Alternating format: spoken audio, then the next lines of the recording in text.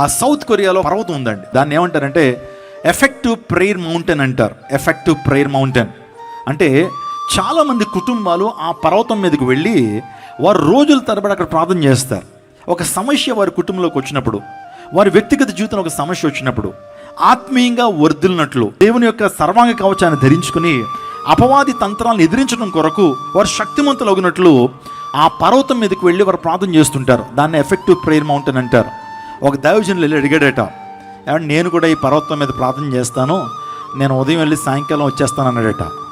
So ఆ వ్యక్తి అన్నాడట, ఉదయం వెళ్ళి సాయంకాలం వచ్చేస్తారండి, మా దేశంలో కొన్ని కుటుంబాలు వారు వస్తారు 15 రోజులు తక్కువ కాకుండా ఆ పర్వతం మీదకి వెళ్ళి కంటిన్యూస్గా ప్రార్థన చేస్తారు. ఆ దేవుని సేవడు అనుకుంటున్నాడట, ఉదయం నుంచి సాయంకాలం వరకు ప్రార్థన చేస్తున్నాను, ఎంతసేపు ప్రార్థన చేస్తున్నాను నేను అనుకున్నాడట. కానీ ఆ దేశస్తులు ఎన్ని రోజులు వారు ప్రార్థన చేస్తారంటే మినిమం 15 రోజులు 20 రోజులు వారు ప్రార్థన చేసి సమస్యలకు పరిష్కారం పొందుకుని వెళ్తారు. నిజమే, ఈరోజున కొండ శిఖర అనుభవం మన జీవితాలు ఎంతైనా ఆశీర్వాదమైనటువంటి విషయాన్ని మీకు జ్ఞాపకం చేస్తున్నాను.